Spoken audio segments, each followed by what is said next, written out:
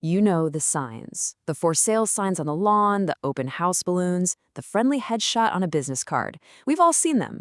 But what's really going on behind that smile? What does it actually take to get that license? Well, today, we're going to pull back the curtain and look inside their official study guide to find out. So let's ask the big question. What does a real estate agent truly need to know, beyond, a firm handshake and how to stage a living room? Is it all about sales and charm, or is there a whole hidden layer of expertise behind every single transaction? Well, it turns out the answer is hiding in plain sight. It's right there in the official curriculum for anyone who wants to become an agent. And let me tell you, when you actually look at it, you realize this is a surprisingly vast and, honestly, pretty complex field of study. Okay, let's just dive right in. This is the actual table of contents from the Real Estate Essentials course. Just scan it for a second.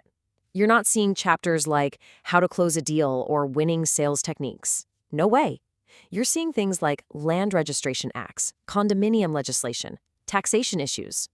This is a curriculum that is built from the ground up on law, finance, and professional ethics. And let's just pull out a few of the most surprising topics here.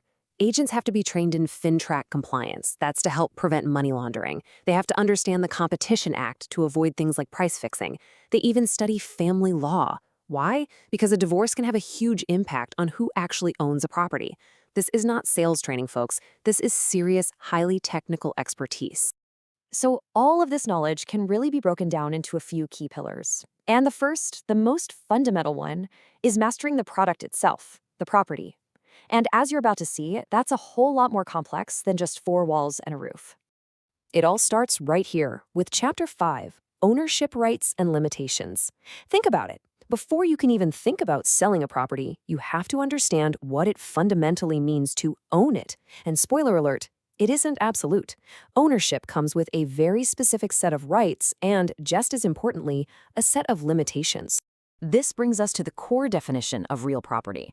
It's not just the dirt and the house sitting on it. It's actually a collection of legal rights, which is often called the bundle of rights, that are attached to that physical place. This includes the right to possess it, to control it, to enjoy it, and, of course, to sell it. An agent's job at its core is to manage the legal transfer of this entire bundle of rights from one person to another. And this really shows you the two sides of that coin. An agent has to understand the physical description of land, the precise boundaries of the property. But they also have to master the Land Registration Acts, the official government record of who legally owns that bundle of rights. Two totally different things. Okay, so an agent understands the property itself. That's pillar one. Now for the second pillar, navigating the absolute legal maze that governs every single transaction. And this is where their expertise becomes absolutely critical for their clients. Right at the heart of everything is Chapter 10, the contract law. The agreement of purchase and sale, that's the official name for the offer document, is a legally binding contract. For most people, it's one of the biggest financial documents they will ever sign. A tiny mistake or an omission here can have just devastating consequences, which is exactly why an agent's training in contract law is so incredibly intense. And that training covers the 5 essential ingredients for any valid contract. You have to have an offer and acceptance. There must be consideration. That means something of value, usually money. Both people have to have the legal intent and the legal capacity to make the deal. And finally, the whole purpose has to be legal. An agent's job is to be the chef, making sure every single one of these ingredients is in the mix. Now, beyond the general laws of contract that apply to everyone, there's a whole other rule book that is just for agents themselves. And its main goal isn't to help them sell more houses, it's to protect the public. And that rulebook is the Real Estate and Business Brokers Act. This huge piece of legislation sets out all the standards, all the obligations, and all the restrictions for the entire profession. It's the very thing that transforms real estate from just a sales job into a regulated professional career. And here is the single most important point. The law makes it crystal clear that an agent's number one duty isn't to the sale or even just to their client. It's to protect the public interest. That one sentence completely reframes their role, right? They are legally required to ensure the entire process is fair, legal, and transparent for everyone involved. This gets even more detailed in the rules around the conduct of registrants. This chapter lays out a really strict code of ethics and professional standards. It dictates exactly how an agent has to handle competing offers, what they absolutely must disclose about a property, and how they can advertise, all to make sure the public is being treated fairly.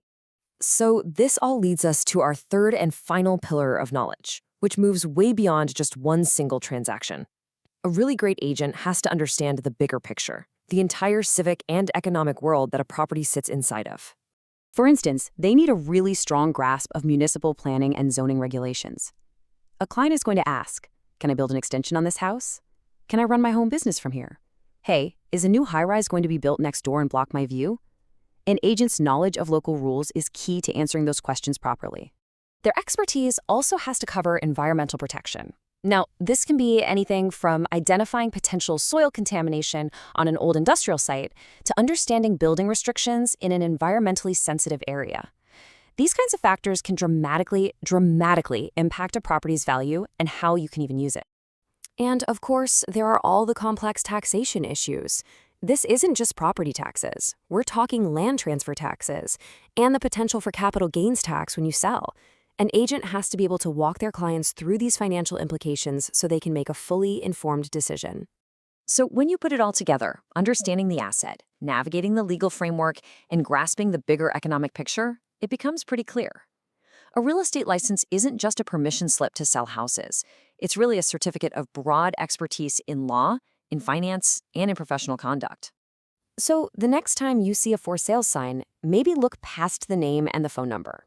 See it for what it actually represents: a licensed professional who is trained in law, finance, and ethics, and who has a legal duty to protect the public. It kind of leaves you with a new question, doesn't it? What kind of expertise will you now expect to see behind that sign?